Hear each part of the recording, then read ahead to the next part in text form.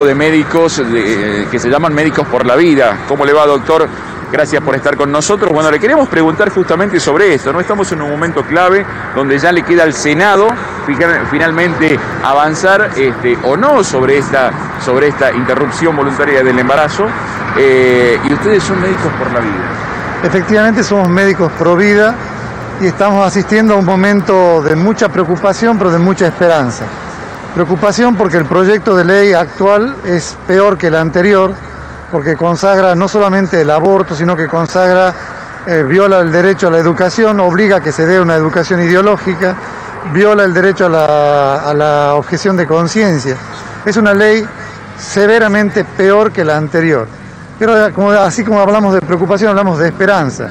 El pueblo argentino, a través de múltiples encuestas que nuestros senadores deberían ver, en forma categórica, han rechazado el aborto a lo largo de todo el país. Sería importante que los senadores, siendo coherentes con su misión dentro de la República, respeten la voluntad popular. Doctor, no es una cuestión de salud le pregunto porque usted es una persona de salud y en realidad desde el presidente para abajo se ha indicado de que esto era una cuestión de salud, que era necesario porque había muchas mujeres y esto es real también, que lamentablemente mueren por hacerse abortos clandestinos. A ver, hay una realidad de que hay mujeres que pueden fallecer por hacerse un aborto clandestino. Frente a esas mujeres, la solución no puede ser dar el aborto legal, debe ser la educación, la prevención, el acompañamiento psicológico, social y económico para que pueda llegar a buen término de su gestación y no quedar con un trauma por un aborto provocado. Con respecto a las cifras de salud, desgraciadamente esas cifras se han mentido en forma increíble. Es inconcebible que el ministro de Salud, Ginés García, que se atrevió a definir la vida a un ser humano como un fenómeno, mostrando la ignorancia supina que tiene sobre el tema, y es increíble que el presidente haya adoptado estos números que son totalmente falsos. En el año 2016 murieron 31 personas por aborto clandestino, siendo que cada vida es importante, por supuesto, y murieron 50.000 personas por cáncer ginecológico. ¿Por qué no estamos luchando por una ley para que la medicación oncológica llegue a todas las mujeres? Acá no es un tema de salud pública, es un tema netamente ideológico y contra lo cual estamos luchando y tratando de que la sociedad tome conciencia. Doctor, le cambio de tema porque, aprovecho y que lo tengo usted, vamos a decirle a la audiencia que usted también es jefe de la guardia del Hospital Padilla. Y atento con estos números, estuvimos charlando recién brevemente. Este es un año muy particular donde tuvimos una pandemia bastante importante y donde tuvimos una cuarentena que prácticamente nos paralizó. Usted está en la guardia del Hospital Padilla y se encarga de recibir prácticamente a la gente que llega accidentada. ¿Cómo ha sido este año? A ver, si tenemos que hacer una curva, ¿cuántos teníamos antes? Cuando fue la cuarentena fuerte, ¿cuántos números hubo? Después, ¿cómo estamos hoy? Bien, bueno, yo soy jefe de la unidad de cuidados intensivos número 1, que es la unidad dentro del hospital, porque hay 4 unidades de terapia en la guardia que ve los pacientes politrauma.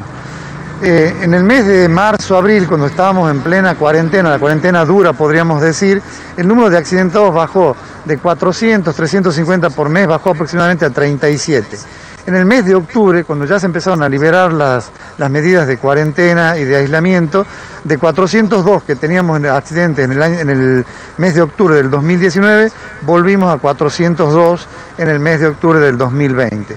Y ahora el número de accidentes está completamente disparado, siempre desgraciadamente vinculado a 2 factores, el alcohol y el uso, sobre todo accidentes de motos sin casco. Nosotros como Médicos pro vida también tenemos que alertar porque es otra pandemia que estamos viviendo, la pandemia de los accidentes de tránsito. Desgraciadamente la población que se ve afectada es población joven y la mayor parte en forma significativa quedan con secuelas muy graves. Estamos a fin de año. ¿Cómo estuvo la guardia estos últimos fines de semana? Bueno, le cuento, los 2 fines de semana pasados fue increíble el número de accidentados graves, gente muy joven, todos graves y muchos de ellos bajo efectos del alcohol. Es muy preocupante porque se vienen 2 fiestas significativas, 2 fiestas importantes, entonces la gente tiene que actuar con responsabilidad en 2 aspectos. En el tema de mantener la medida de lo posible del aislamiento y el distanciamiento social, porque el virus sigue actuando en Tucumán, y con respecto a los accidentes, controlar estrictamente el uso del alcohol y que ninguna persona alcoholizada maneje. Bueno, los números del doctor Ramaciotti fueron contundentes, Omar.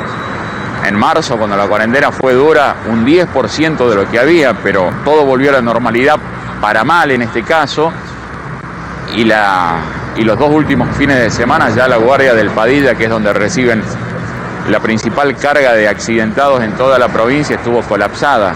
Accidentes graves, decía el doctor. Nos viene fin de semana largo, 25, 26, 27, 31, 1 y 2. Bueno, por favor, esa mezcla de alcohol junto con andar en motos o en vehículos, bueno, lamentablemente es muy explosiva, ¿no? Fabián, le reitero la consulta. Ahí en el Hospital Padilla, ¿hay personas internadas con COVID-19? ¿Y qué es lo que dijo el doctor sobre el crecimiento de los casos? Para quedar clarito, ¿hay personas internadas en el Padilla y cuáles si han notado ya un incremento también? Aunque la mayoría de los internados en el sector público estaban dados en el centro de salud, como así también el Hospital Avellaneda, aunque también el Padilla se tuvo que sumar después con distintas salas. ¿Cuál es la situación hoy sobre COVID en el Padilla, Fabián? Bueno, con respecto al tema, ¿qué tal, Omar? ¿Cómo le va? Buen día, doctor. Mire, con respecto al tema de la situación de COVID ahora en Tucumán, hay una disminución en el número de casos, pero hay que ser claros, no estamos fuera de peligro y no hay que bajar la guardia todavía. Estamos frente a una segunda ola mundial de mucha mayor gravedad y contagiosidad. Entonces hay que ser muy prudentes todavía, mantener el lavado de manos, el distanciamiento social, el aislamiento limitado, acotado. Todos quisiéramos estar con nuestras familias completas en la fiesta, pero no es conveniente, no es prudente. Debemos sobre todo seguir protegiendo a nuestras personas mayores y a aquellos que tengan factores de riesgo. Nos reunamos, pero con prudencia, con responsabilidad.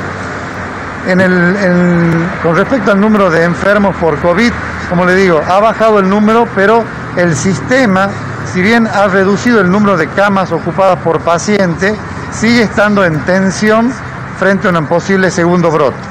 Bien, gracias, doctor Jorge Ramaciotti. Felicidades para usted y para toda su familia.